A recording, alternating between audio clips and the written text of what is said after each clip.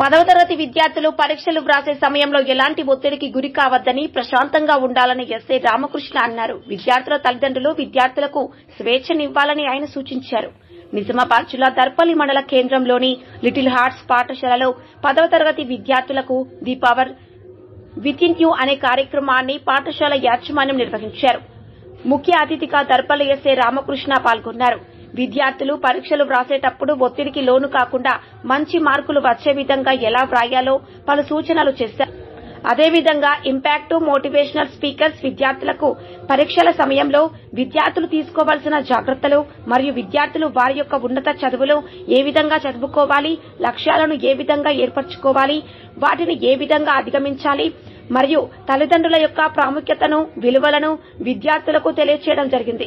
కార్యక్రమంలో పాఠశాల correspondent Bukalladi Srikanth, administrative Sadhana Darpalli SI Ramakrishna, motivational speakers L Mahesh Kumar, V Navaneetha, V Mahender, పాఠశాల డైరెక్టర్ జె ప్రశాంత్ గౌడ్లు పాల్గొన్నారు. Triple R news reporter Surender, మండలం దర్పల్లి, జిల్లా నిజామాబాద్.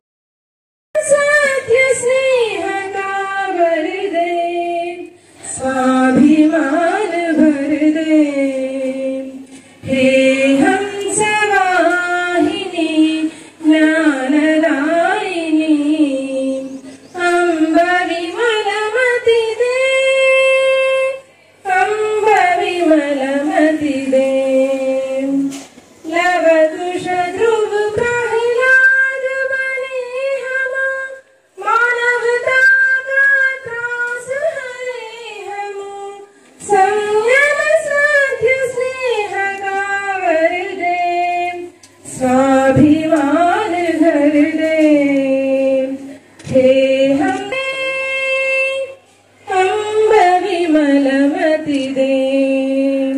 ओम सरस्वत्यै नमः. All the students, let's अम्ब विमलमति दे, अम्ब विमलमति दे. जय जय श्री राम भारत वह बल विक्रम दे अंबवी. ఈరోజు మా పాఠశాలలో ఏర్పరచుకున్న ద పవర్ వితిన్ యూ అనే కార్యక్రమానికి విచ్చేసినటువంటి impact trainer Labhishetti Mahesh sir గారికి, మరియు వజ్జా మహేందర్ సార్ గారికి, మరియు మేడం నవనీత మేడం గారికి, మరియు కస్తూర్బా పాఠశాల నుంచి వచ్చినటువంటి మేడం వాళ్ళకి, విద్యార్థులందరికీ కూడా మా పాఠశాల తరఫున స్వాగతం, సుస్వాగతం. గత 2 సంవత్సరాలుగా 10వ తరగతి విద్యార్థులకు వాళ్ళు మార్చి నెలలో జరగబోయే పరీక్షలకు సంబంధించి ఒత్తిడిని అధిగమించే విధంగా ఒక ప్రణాళికాబద్ధంగా చదివినట్లయితే మంచి మార్కులు సంపాదించడం కావచ్చు, 10వ తరగతి అయిపోయిన తర్వాత మళ్ళీ వాళ్ళు భవిష్యత్తులో ఉన్నత చదువులకు వెళ్ళడానికి కావాల్సినటువంటి మానసిక ధైర్యాన్ని పెంపొందించుకోవడానికి మేము ప్రతి సంవత్సరం కూడా ఈ కార్యక్రమాన్ని నిర్వహిస్తున్నాం. విద్యార్థి దశలో 10వ తరగతి అనేది తొలి మెట్టు లాంటిది. మనం ఈ మెట్టు అనేది ఈ పునాది లాంటిది.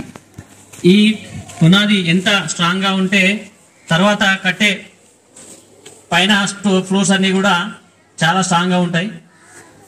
సో ముఖ్యంగా ప్రతి విద్యార్థి కూడా ఈ కార్యక్రమానికి వచ్చినందుకు మీరు ఇప్పుడు ఒక నెల తర్వాత జరిగే ఎగ్జామ్సే కావచ్చు, తర్వాత మీ యొక్క ఉన్నత చదువుల కొరకు ఏ విధంగా ప్రణాళిక వేసుకోవాలి, సమస్యలు వస్తే ఏ విధంగా ఒడిదుడుకులను అధిగమించాలి అనే విషయాలన్నింటిపైన మీకు ఒక అవగాహన అవసరం అనే ఉద్దేశంతో ఈ కార్యక్రమాన్ని నిర్వహించడం జరిగింది.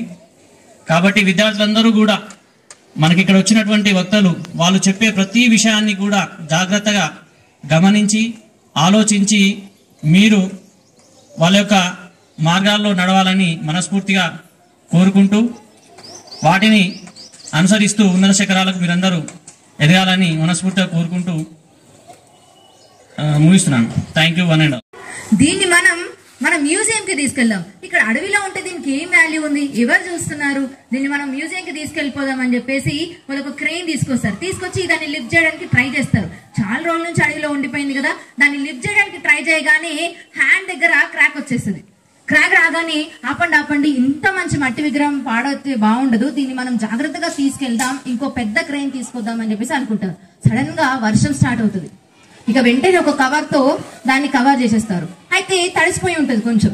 ఇక అది అప్పుడు తీసుకెళ్ళడానికి వీలు పడదు. ఒక 2 days ఆగి తీసుకెళ్దాం అనుకుంటారు. అయితే దగ్గరలో వాళ్ళకు ఒక ఆశ్రమం కనిపిస్తుంది. అక్కడ ఒక గురువు గారు ఉంటారు. ఆయన దగ్గరికి వెళ్ళి చెప్తారు, గురువు గారు ఇక దగ్గరలో మేము అడవిలో ఒక మంచి మట్టి విగ్రహం చూసాం, దాన్ని మేము మ్యూజియం కి తీసుకెళ్తాం, ఒక 2 days జాగ్రత్తగా చూసుకోండి అని చెప్పేసి చెప్తారు. ఆయన సరే అని అంటాడు. అయితే గురువు గారు ఒక 2 days తర్వాత ఏం చేశారంటే, మరి మట్టి విగ్రహం ఆ రోజు తడిచిపోయింది, వాళ్ళు క్రాక్ కూడా వచ్చింది అన్నారు కదా, ఒకసారి చూద్దాం వెళ్ళి ఎలా ఉందో అని చెప్పేసి మార్నింగ్ టైంలో ఒక 4-5కి అలా ఒక టార్చ్ లైట్ తీసుకొని వెళ్తాడు. అయితే కవర్ తీసేసి ఆ క్రాక్ వచ్చిన ప్లేస్ లో లైట్ వేసి చూసేసరికి ఈయన షాక్ అవుతాడు. షాక్ అయ్యి వెంటనే ఊర్లోకి పరిగెట్టి ఊర్లో వాళ్ళందరినీ తీసుకొస్తాడు. వాళ్ళకు కూడా ఆ క్రాక్ వచ్చిన ప్లేస్ లో లైట్ వేసి చూపిస్తాడు. వాళ్ళందరూ కూడా షాక్ అవుతారు. ఏమైంది అని అంటే, ఆ క్రాక్ వచ్చిన ప్లేస్ లో లైట్ వేస్తే అది రిఫ్లెక్ట్ అవుతుంది.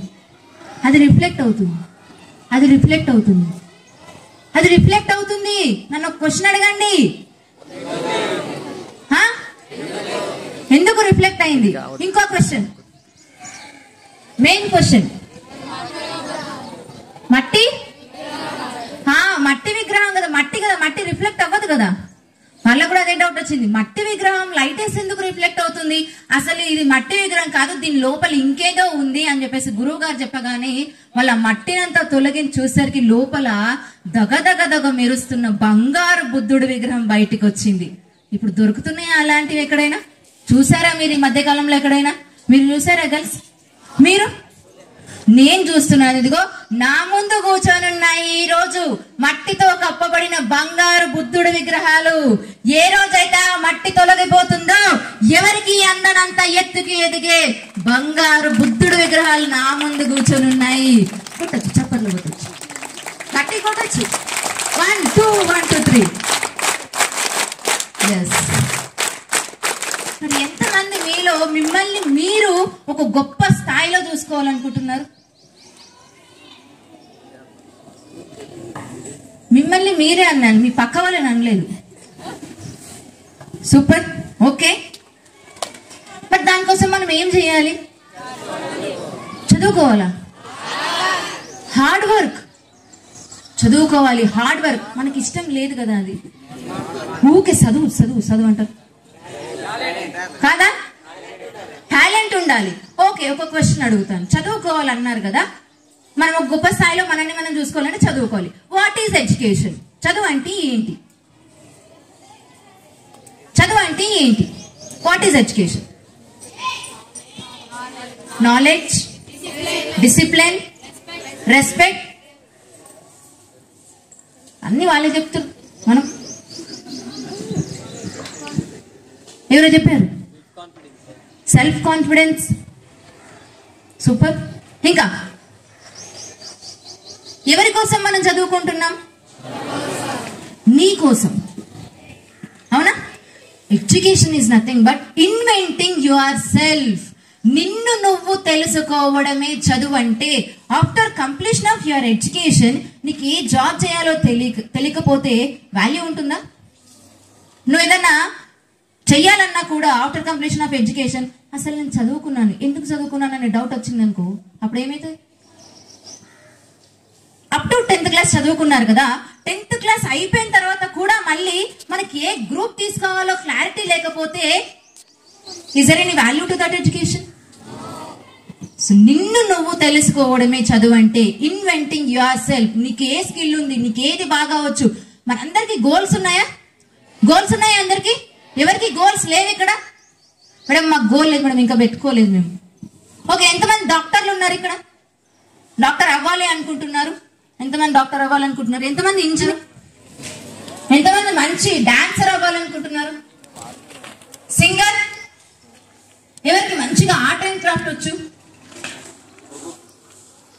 ఈ హ్యాండ్ రేజ్ చేయని వాళ్ళు ఏమనుకోవాలి? Okay, army. ఎంతమంది వెళ్ళాలనుకుంటున్నారు అటువైపు? Super super. అయితే అందరికి గోల్స్ ఉన్నాయి. అయితే మీ అందరి దగ్గర బుక్ పెన్ ఉంది కదా, ఉంది కదా? ఒక్కసారి ఒక ఫ్రెష్ పేపర్ ఓపెన్ చేయండి, ఫ్రెష్ పేజ్. ఏమీ రాయకూడదు అందులో, నేను చెప్పేది మాత్రమే అందులో రాయాలి ఫాస్ట్ గా. ఇప్పుడు అక్కడ మీరు మీ గోల్ రాయండి. I want to become. మీరు ఏమవ్వాలనుకుంటున్నారో అది రాయండి. I want to become.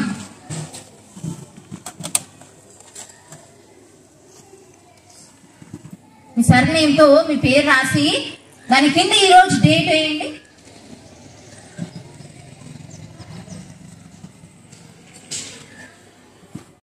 నా పేరు నవనీత. నేను మీకోసం మోటివేషన్ చెప్పడానికి వచ్చాను. ఇలా చెప్తే మీకు ఎలా ఉంటుంది? నిద్ర వస్తుంది కదా, క్లాస్కి వెళ్ళిపోవాలనిపిస్తుంది కదా, ఈ దీనికంటే ఆ క్లాస్లో ఉన్న వైపు ఓపు అనిపిస్తుంది కదా. మరి గట్టిగా మాట్లాడాలి. Good morning, good morning, good morning. Sir మా బాయ్స్ చూద్దాం. Good morning, good morning. ఇట్లా ఈ కనీసం ఈ జోష్ అన్న నాకు లాస్ట్ వరకు కావాలి. ఓకేనా? Are you all ready? Okay, చాలా బాగున్నారు. అందరు కూడా డిసిప్లిన్ గా ఉన్నారు. ఓకే, కాకపోతే కొంచెం యాక్టివ్ పార్టిసిపేషన్ కూడా నాకు కావాలి. మీతో నాకు చాలా పని ఉంది. అందరి దగ్గర బుక్ పెన్ ఉంది కదా? లేని వాళ్ళు ఎవరైనా ఉన్నారా? అందరి దగ్గర ఉంది. Yes, okay. ఒక చిన్న స్టోరీ చెప్పాలనిపిస్తుంది మిమ్మల్ని చూస్తుంటే. స్టార్ట్ చేద్దామా స్టోరీతో? చేద్దామా? ఓకే. అయితే మీలో ఎంతమందికి ఆర్కియాలజిస్ట్ తెలుసు? ఆర్కియాలజిస్ట్ పురావస్తు శాఖ వాళ్ళు. పురావస్తు శాఖ వాళ్ళు అంటే వాళ్ళు ఏం చేస్తుంటారంటే ఇవి next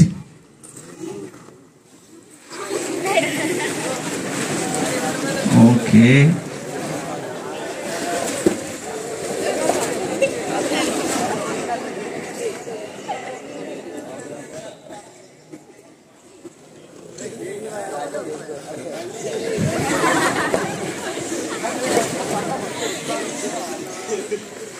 thank you very much. Please be seated.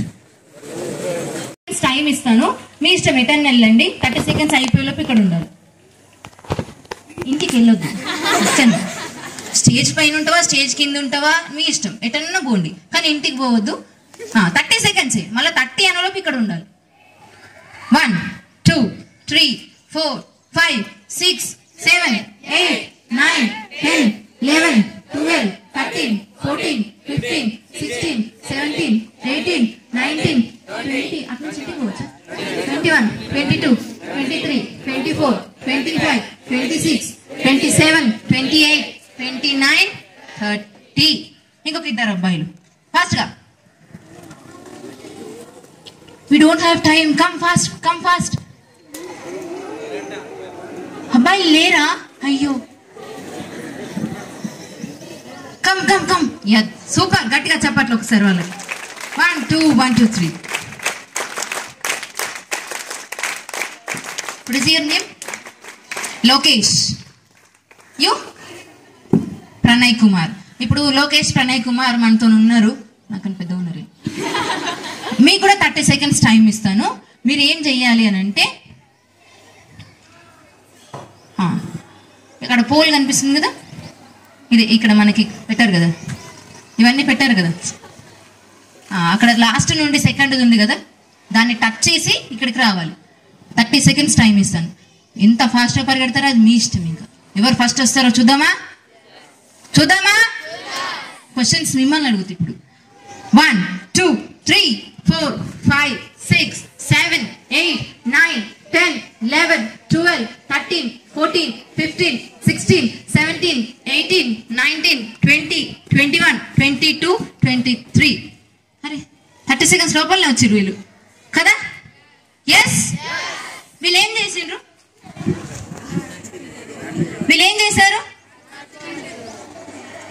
ఏం చేశారు? నడుచుకుంటూ వెళ్ళారు. వాళ్ళకి ఏం చెప్పాను నేను?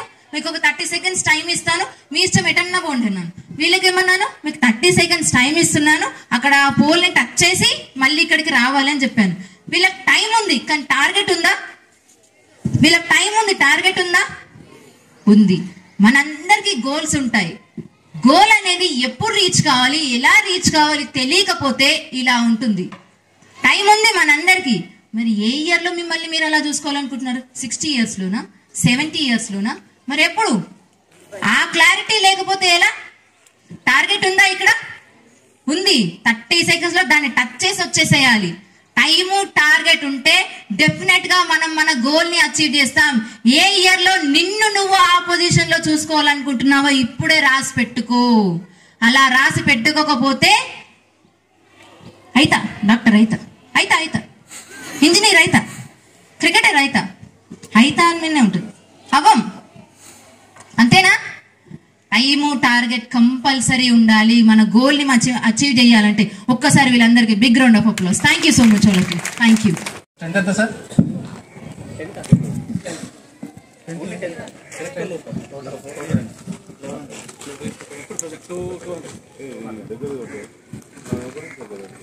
ఓకే, దేని గురించి ఈరోజు ఈ సమావేశం జరుపుకున్నాం? దేని గురించి? ఎనీవన్? ఇప్పటిదాకా జరిగింది కదా, నేను రాకముందు నుండి మార్నింగ్ నుండి 10:30 అరౌండ్ 10:30 నుండి స్టార్ట్ అయింది. దేని గురించి మాట్లాడుకున్నాం ఇప్పటిదాకా? Inspiring about study and career, లేకపోతే ఓన్లీ స్టడీ? Okay, careers. ఎవరెవరు ఏమేమి అవ్వాలనుకుంటున్నారు ఫ్యూచర్లో? ఎనీవన్? ఫస్ట్ అమ్మాయిల దగ్గర నుండి స్టార్ట్ చేద్దాం. ఏమవ్వాలనుకుంటున్నారు ఫ్యూచర్లో మీరు? అమ్మా పోలీస్. ఓకే, లేకుండా పర్లేదు, కూర్చోనన్నా చెప్పండి, పర్లేదు. Doctor, very good. ఇంకా? Software engineer. Army, very good. ఇంకా? Police, artist, singer, very good. IPS officer, okay, very good. ఇంకా ఇటువైపు నుండి? IAS, very good. ఇంకా చెప్పండి, ఎవరెవరు ఏమేమి అవ్వాలనుకుంటున్నారు? ఇంజనీర్. ఇంకా?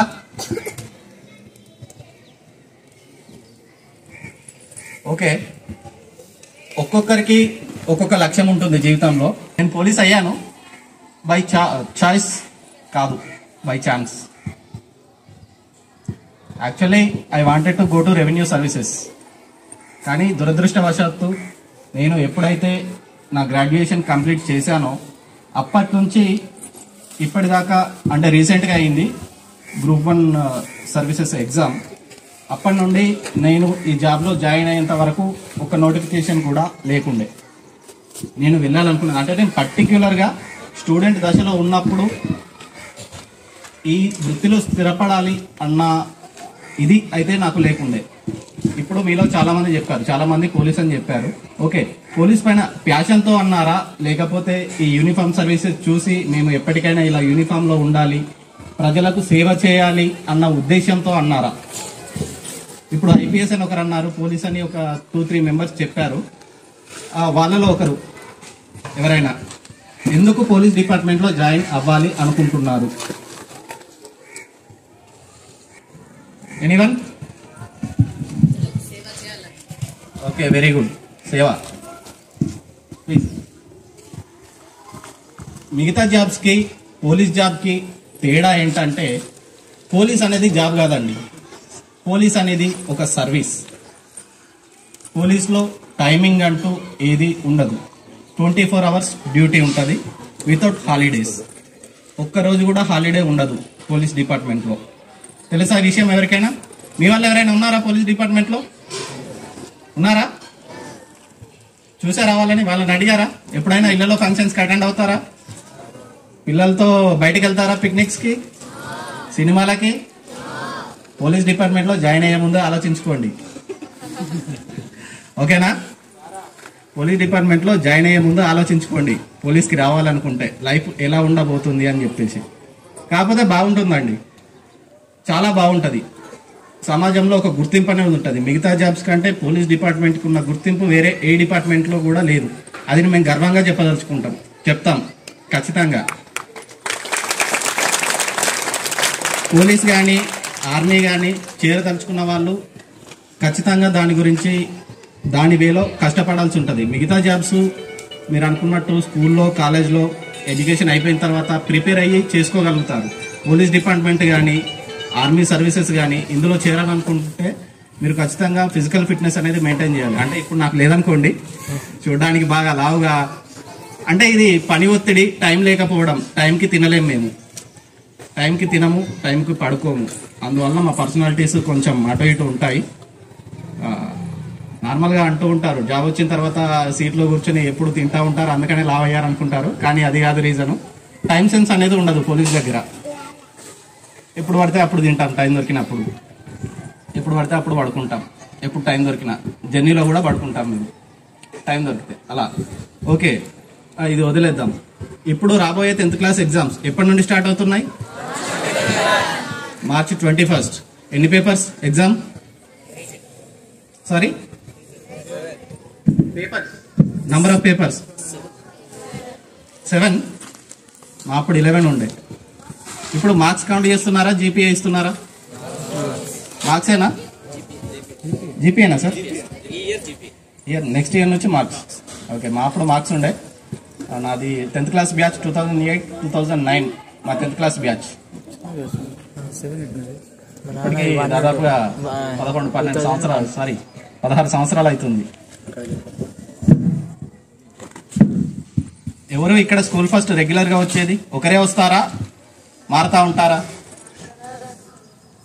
ఎగ్జామ్స్ లో, యూనిట్ టెస్ట్ లో కానీ, ప్రీ ఫైనల్స్ లో కానీ, సెమిస్టర్స్ లో కానీ, semesters half yearly exam, quarterly exam ఉంటాయి కదా, ఎప్పుడు ఒకరే వస్తారా, మారుతూ ఉంటారా?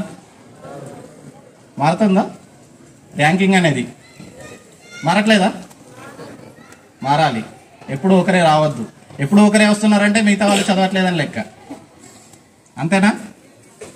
మారుతుందా? అత్యంత టఫ్ సబ్జెక్ట్ ఏంటి 10th క్లాస్లో? మ్యాథ్సా? అది ఈజియెస్ట్ సబ్జెక్ట్ అన్నింటికంటే ఈజియెస్ట్ సబ్జెక్ట్ అంటే మ్యాథ్స్. దానికి చదవాల్సిన పని లేదు. మ్యాథ్స్కి చదవాల్సిన పని లేదు కదండి. Touch nose, okay. టచ్ చిన్,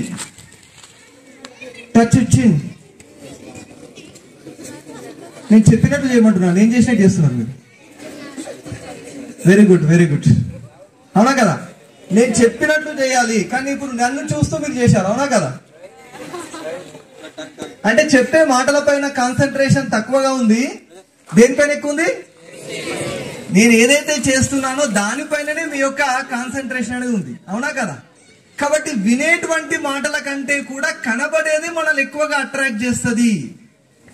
మై డియర్ స్టూడెంట్స్, ఈరోజు ఇన్ని మాటలు చెప్పారు Vajra Mahender sir. Parents importance, teachers importance, అవునా? అదేవిధంగా నవనీత మేడం చెప్పారు, గోల్ ఉండాలి, డ్రీమ్ ఉండాలి, దానిపైన డేట్ ఉండాలి. ఎప్పుడైతే డేట్ రాసుకుంటామో, without a date the goal is only wish. My dear friends, without a date the goal is just wish. అది కోరికగానే మిగిలిపోతుంది.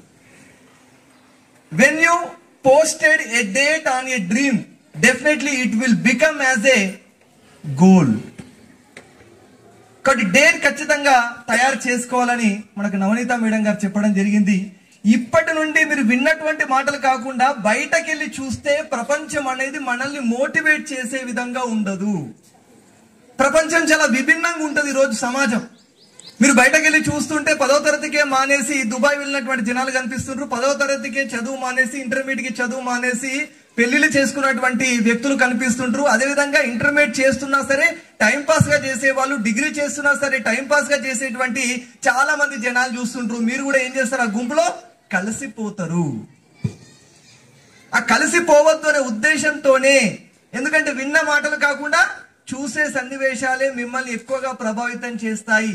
కాబట్టి ఎన్నో సంవత్సరాల కింద చెప్పడం జరిగింది, చెడు వినకూడదు, చెడు చూడకూడదు, చెడు మాట్లాడకూడదు అని. ఎవరు కంట్రోల్ చేసుకోవాలా? మీరు ఇంటర్మీడియట్ లో జాయిన్ అయిన తర్వాత కూడా మీరు పక్కదారి పట్టకుండా మళ్ళీ నవనీత మేడం కానీ, మళ్ళీ మహేందర్ సార్ కానీ, మళ్ళీ లాభిశెట్టి మహేష్ సార్ కానీ వచ్చి మీకు మళ్ళీ ఎప్పటికప్పుడు మోటివేట్ చేయడానికి అవకాశం ఉంటుందా? ఉండదు. మీరు ర్యాంక్ ట్రాక్ లోకి వెళ్ళకూడదు అంటే ఎవరు గైడ్ చేయాలి, ఎవరు కంట్రోల్ చేసుకోవాలి? మనల్ని మనం మాత్రమే కంట్రోల్ చేసుకోవాలి. Next 5 years is the crucial period in our life. 5 years మిమ్మల్ని మీరు కంట్రోల్ చేయగలిగితే ఎలా కంట్రోల్ అవుతారు? మీరు చూసే సన్నివేశాలు, మీ ఉండేటువంటి ఫ్రెండ్స్, ఈ రెండింటిని మీరు కంట్రోల్ చేయగలిగితే చాలు. డెఫినెట్ గా మీరు ఈ రోజు ఏదైతే లక్ష్యం అని రాసుకున్నారో దాన్ని చేరుకోగలుగుతారు. ఏం కంట్రోల్ చేసుకోవాలి? నన్ను చూడాలి.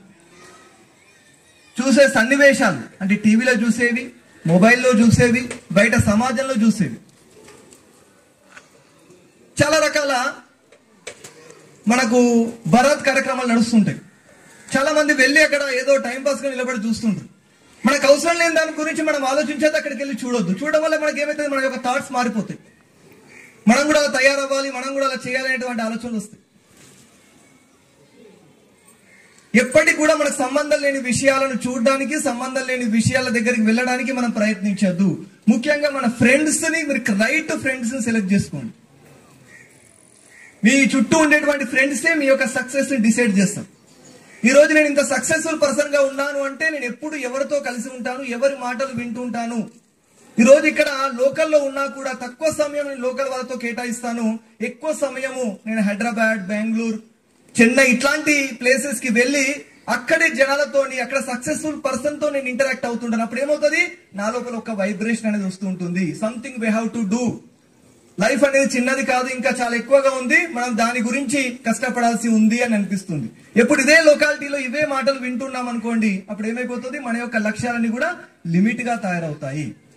కాబట్టి మేడం చెప్పిన దాంట్లో, మహేందర్ సార్ చెప్పిన దానికి కొన్ని అడిషనల్ పాయింట్స్ చెప్పి ఒక 10 minutes లో నా యొక్క సెషన్ క్లోజ్ చేస్తాను. Okay, what stopping us? మనల్ని ముందుకు వెళ్లకుండా ఆపేటువంటి అంశాలు ఏంటి? ఏంటండి?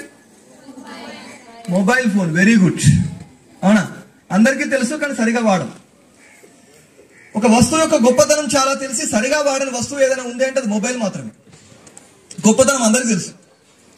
అర్థమవుతుందా? యావరేజ్ తీస్తే స్క్రీన్ టైము 4 గంటలు పోతుంది. ఒక 1 week తర్వాత మనం చూపెడుతుంది అది ఎంత పర్సెంటేజ్ ఆఫ్ ఎన్ని అవర్స్ నువ్వు వాడినావు పర్ డే అంటే 4 hours, 5 hours, 6 hours చూస్తావు ఒక్కొక్కరు. దాని గొప్పతనం తెలుసు. అరచేతిలోనే విజ్ఞాన ప్రపంచం. ఎన్నో విషయాల్ని తెలుసుకునేటువంటి అవకాశం మనకు మొబైల్ ద్వారా ఉంటుంది. కానీ దాన్ని కేవలం మంచి కాకుండా చెడుకే కేటాయిస్తాం. ఓకే, నంబర్ 1 ఏది ఆపుతుంది మనల్ని? మొబైల్ ఆపుతుంది. ఇంకా ఏం ఆపుతుంది? బైక్ ఆపుతుంది. బైక్ తీసుకెళ్తే కానీ ఆపుతుందా? ఫియర్. Very good. నెక్స్ట్ ఇంకా ఎనీబడి? నేను చెప్తాను. ఫస్ట్ థింగ్ మనల్ని ఆపేది, ఆ లక్ష్యం చేరకుండా ఆపేది టెంపరరీ ప్రాబ్లమ్స్, స్మాల్ ప్రాబ్లమ్స్. ఓకేనా? ఈ ఏజ్ లో మనం ఎక్స్పెక్ట్ చేసేటువంటి స్మాల్ ప్రాబ్లమ్స్ ఏంటంటే, ఒకటి ఆల్రెడీ చెప్పారు, మొబైల్ కి